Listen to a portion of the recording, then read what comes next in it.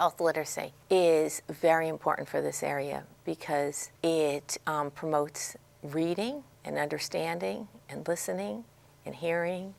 And it's very important that children learn to read. I mean, reading is everywhere, from directions to stop signs to keeping you safe. Health literacy is, a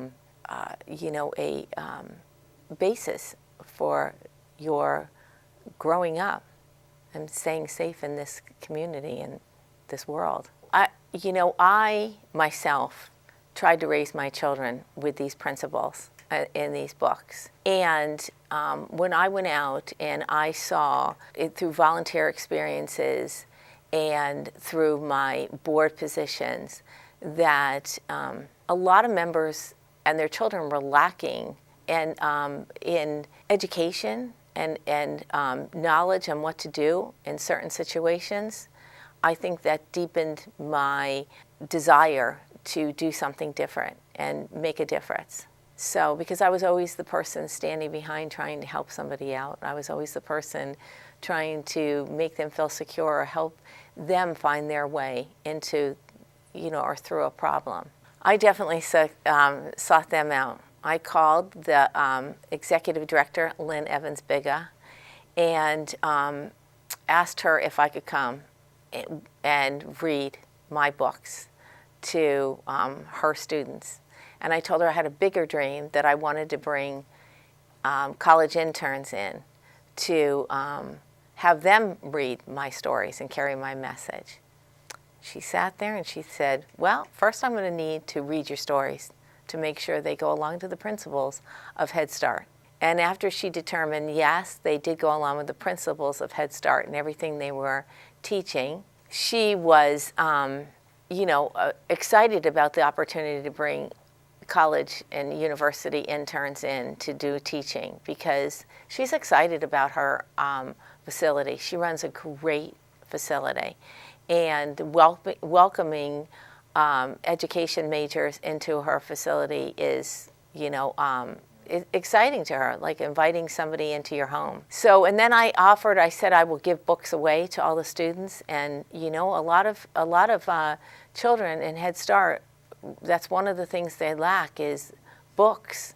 And so that just opened her heart. She was really excited about every child having the possibility to go home with the 3 stories. So we read the stories, and I, as far as RichSoil Alliance, gave away all the books. And we kept doing that until we found somebody finally to fund us and help us give the books. But other than that, we gave it away just by donations.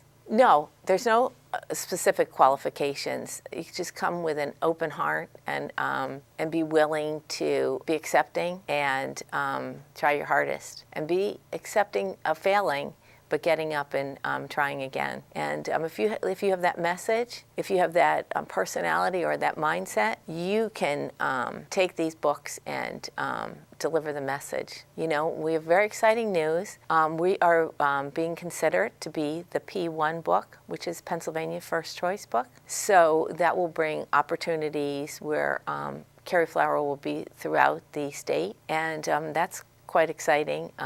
The message will be in every early childhood education center, in all the schools, public schools, and a lot of the private schools. So we're really excited about the future of Carrie Flower and RichSoil Alliance. Reading, communications as far as healthy lifestyles, exercising, eating healthy, trying new things, asking for help, diversity, meeting new friends, why somebody might be, for instance, in the Meet Carrie Flower Goes to Camp, Ruthie Rose looks at her toes. So we talk about, why would Ruthie Rose be looking at her toes? What are some of the struggles that Ruthie, when you look at your toes, you're feeling? Maybe shy?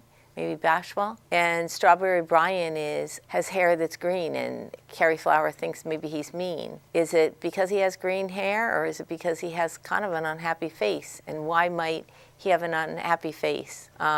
Because he's scared, and maybe he's not mean at all. Maybe he's really nervous inside. And so breaking down those walls of diversity and understanding, social and emotional skills, that is what the program's all about.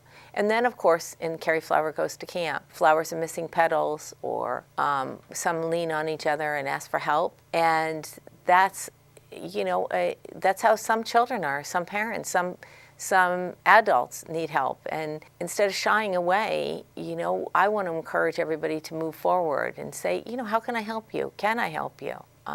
Or invite them to sit with you at lunch.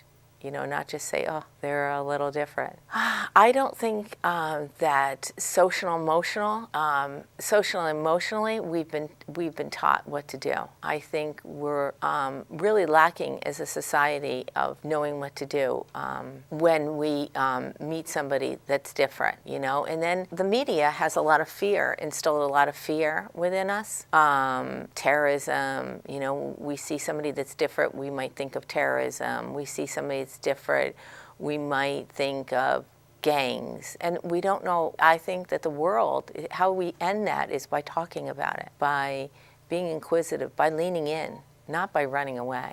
One that comes to mind, and I'm going to jump, not from diversity, I'm going to go to a little girl that lost her mom. The little girl's name happened to be Carrie, and her mom had cancer, and her mom was dying of cancer at the time, and she didn't want to go to school and leave her mom. And she received the Carrie Flower dolls and books, and she decided after reading that it would be okay, that she left the doll with her mom and she went to school thinking that the doll could watch after her mom while she was at school. But I think more importantly, it's kind of symbolic that her name was Carrie and Carrie Flower.